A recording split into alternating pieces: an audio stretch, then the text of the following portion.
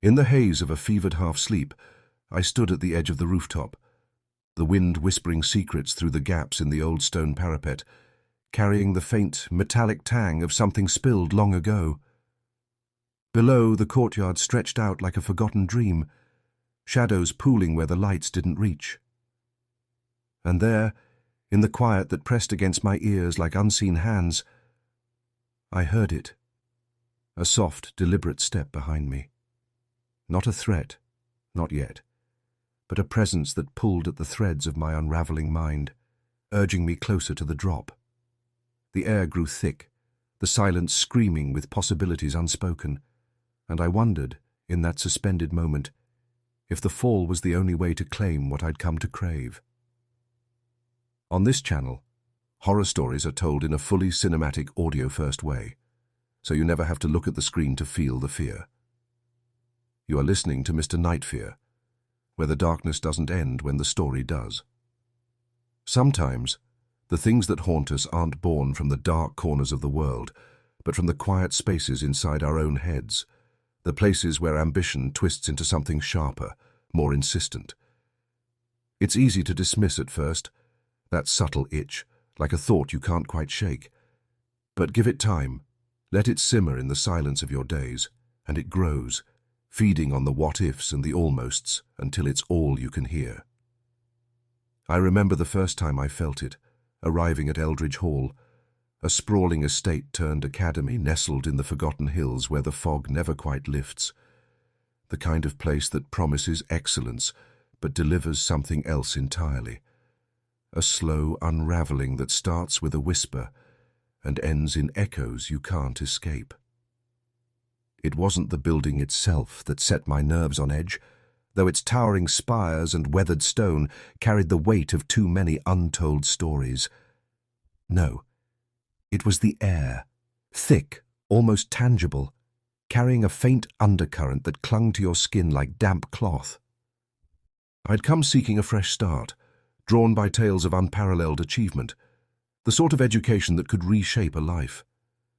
My ride there had been uneventful, the driver a quiet man with a habit of glancing skyward, muttering about the weather as if it held some private grudge. He handed me a thin scarf before dropping me off, insisting I wrap it around my face. "For the chill," he said, his voice muffled through his own covering. I humoured him, thinking it eccentric. But as I stepped out, the mist rolled in, and I felt that first prickling unease, like the world was watching, waiting for me to notice. The grounds were pristine, manicured lawns stretching into the distance, dotted with students moving in purposeful clusters. Their conversations floated by in fragments, grades, rankings, the relentless pursuit of the top. I caught snippets as I made my way to the main hall. "He's untouchable," one whispered, her tone laced with something between awe and resentment. Another laughed, but it was hollow, the sound dying too quickly in the heavy air. I shook it off, focusing on the rhythm of my footsteps echoing off the stone paths, the way the fog muffled everything into a soft, isolating hush. Humans have a way of rationalizing the strange, don't we? We tell ourselves it's just nerves, just the newness of it all, ignoring how silence can amplify the doubts creeping in. My first encounter with the principal, Ms. Harlan, came in the grand foyer, a space that felt more like a relic than a welcome. She was a wiry woman, her movements precise, her smile practiced but not quite reaching her eyes. Those were flat, like polished stones reflecting nothing back. "Welcome," she said, her voice smooth, carrying through the empty room with an authority that demanded attention. We spoke of expectations, of the Academy's legacy, but her words lingered oddly, repeating in my mind like a loop I couldn't break. "You'll find your place here," she murmured, her gaze holding mine a beat too long, "and perhaps if you're driven enough, you'll rise above the rest." It was innocuous, or so it seemed, but as I left, a faint pressure built behind my eyes, a whisper of potential that felt less like motivation and more like an intrusion. My roommate, Clara, was waiting in our shared quarters, a sparse room with 2 beds pushed against opposite walls. the space between them feeling wider than it should. She was slight, with hair tied back in a loose knot, her expression distant as she arranged books on her shelf.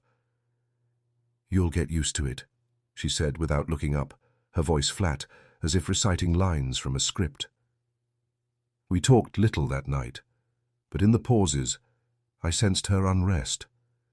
The way she'd pause mid-sentence, staring at the window as if expecting something to appear. "It's the drive," she explained later, over a shared meal in the dimly lit dining hall. "Everyone wants to be the best. It gets under your skin." Her laugh was brittle, breaking off into silence that stretched between us, filled only with the distant clatter of utensils and murmured conversations from other tables. As days turned to weeks, that drive Clara mentioned began to manifest in subtle ways. Classes were intense, the curriculum pushing boundaries of thought and endurance, but it was the undercurrent that unnerved me. The glances exchanged between students, the unspoken hierarchies that dictated who sat where, who spoke first. At the center of it all was Elias Thorne, the reigning top student, a figure both admired and shadowed by envy. He moved through the halls with quiet confidence, his presence drawing eyes like a magnet. I first noticed him in philosophy, where his insights cut through the room, leaving others in contemplative silence. But there was something off about the admiration. It bordered on fixation, a hunger that simmered just beneath the surface. I tried to keep my distance at first, focusing on my own work, but the thoughts crept in during the quiet hours. Comparisons, what-ifs. What made him so exceptional? Why him and not someone else? The Academy's isolation amplified it. No outside world to distract, just the endless fog rolling in, muffling the boundaries between ambition and obsession. Nights grew longer, sleep fractured by dreams where I chased shadows, always one step behind. Clara's warnings came in hushed tones. "It starts small, but it builds. You start seeing him everywhere, in your notes, in your reflections." She spoke from experience, her own eyes carrying that distant glaze, as if part of her was already lost to the pull. The incidents began subtly, whispers of accidents that weren't quite right. A student slipping from a high walkway during a late-night study session, the thud echoing through the grounds like a muffled cry. Another found dazed at the base of the East Tower, muttering about reaching higher. No one spoke of them openly. The faculty dismissed them as misfortunes, urging us to focus on our pursuits. But in the silences, questions lingered. Why the falls? What drove them to the edge? Psychological strain, perhaps, the human mind buckling under pressure, seeking release in the most final ways. Or something more insidious, an airborne whisper that twisted desires into desperations, making the unattainable feel like the only thing worth chasing. My own descent was gradual, marked by moments of clarity drowned in growing fixation. I'd catch myself watching Elias during lectures, noting the cadence of his voice, the precision of his arguments, envy blooming into a need to surpass, to claim. Conversations with him were sparse, charged with undercurrents.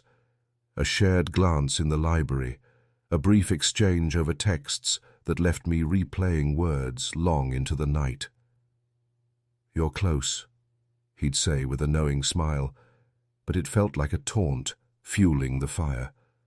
Attempts to connect turned fraught.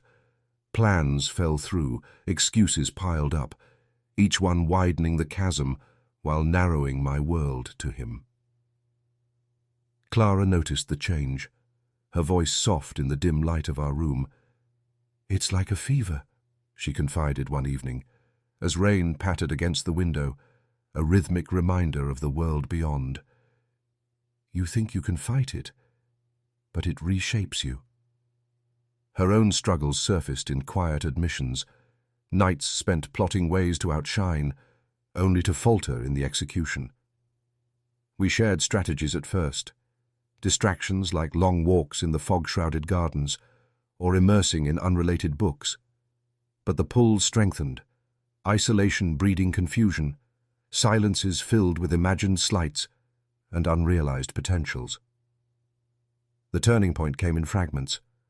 a overheard plot in the shadows of the stairwell, students murmuring about dethroning the untouchable. Elias seemed impervious, emerging unscathed from mishaps that should have broken him. A shove during a heated debate, a fall averted by sheer luck. Or was it luck? The Academy's air felt heavier then, charged with unspoken intents, each breath carrying the weight of collective yearning. I found myself drawn into it, thoughts veering toward extremes, the line between admiration and annihilation blurring in the quiet hours.